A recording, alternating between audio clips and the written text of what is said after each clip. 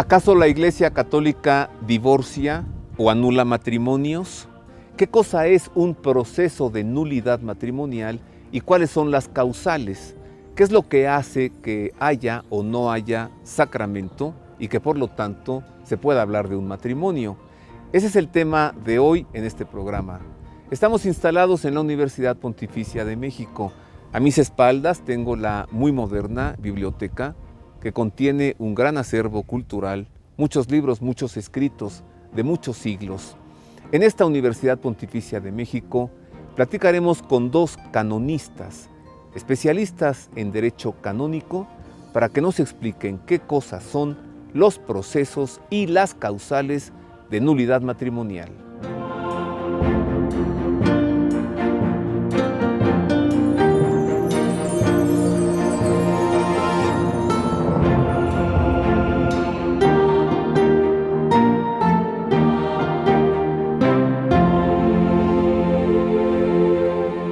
Es un gusto saludarle. Gracias por estar con nosotros en este programa. Nos encontramos instalados en la biblioteca de la Universidad Pontificia de México. Este recinto es poseedor de un acervo cultural de sabiduría, de escritos de muchos siglos. Hoy hablaremos, pues, como le decía, sobre estos procesos de nulidad matrimonial. El matrimonio es indisoluble. No puede deshacerse ese vínculo. ¿Por qué? Porque el matrimonio es sacramento. ¿Y por qué el matrimonio es sacramento? Conozca usted, entérese. La alianza matrimonial, por la que el varón y la mujer constituyen entre sí un consorcio de toda la vida, ordenado por su misma índole natural, al bien de los cónyuges y a la generación y educación de sus hijos, fue elevada por Jesucristo a la dignidad de sacramento entre bautizados. Así define el Catecismo de la Iglesia Católica en su artículo 1601, el sacramento del matrimonio.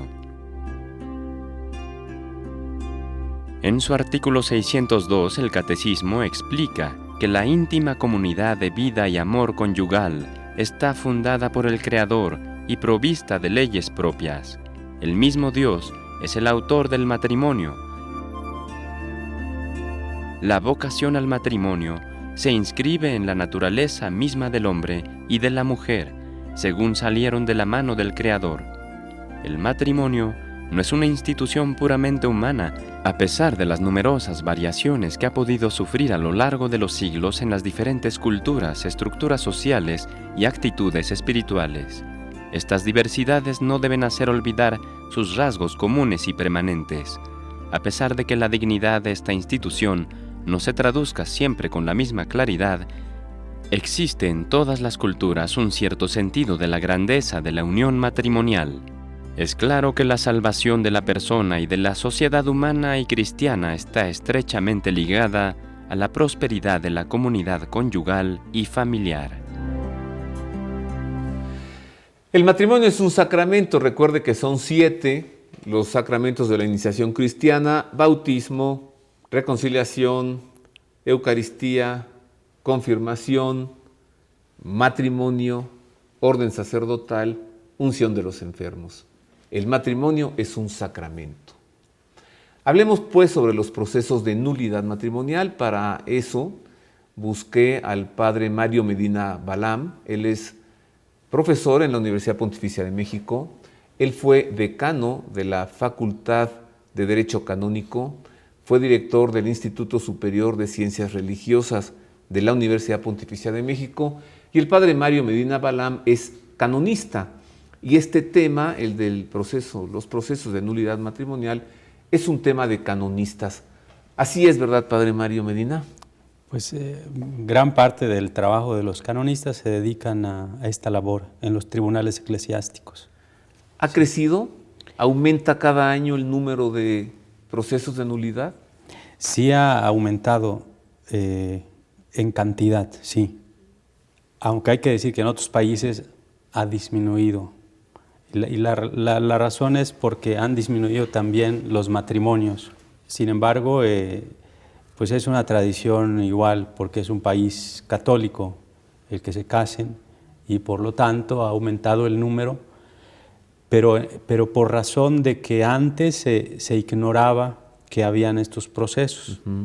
Ahora, cuando hay más información y la gente sabe que hay este instrumento en la iglesia, acude con más frecuencia a los tribunales. Por eso ha aumentado. Ha aumentado también porque ha aumentado el número de divorcios. O sea, son mayores los matrimonios que se deshacen, se rompen civilmente. Y los creyentes tienen que buscar a la iglesia pues, para que le dé una respuesta y les diga en qué situación están.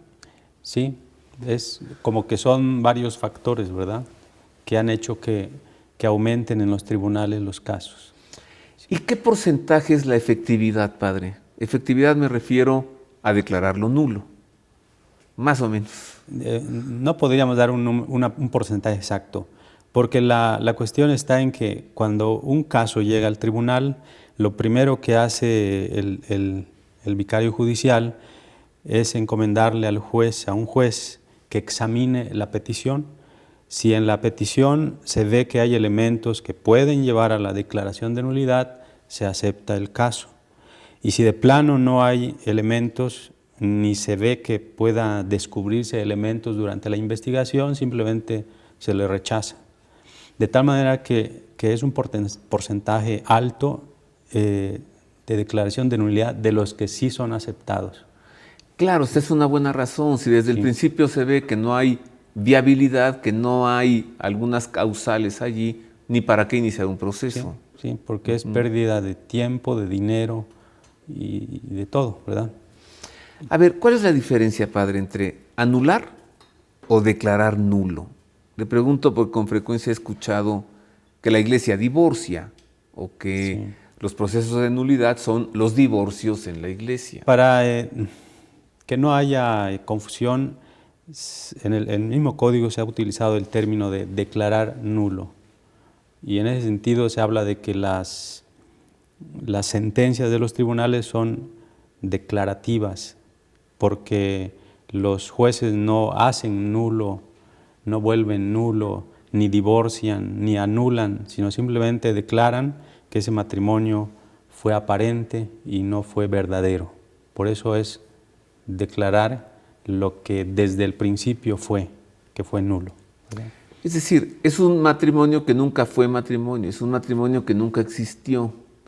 ¿Y qué es lo que pudo haber pasado para que un matrimonio no haya sido matrimonio o para que, concretamente, para que no haya habido sacramento? En general no vaya a ser que yo esté en el caso, ¿no? Digo, como también nuestro público están llevando un matrimonio muy felices y pueden pensar, ¿y no será que no hay sacramento aquí?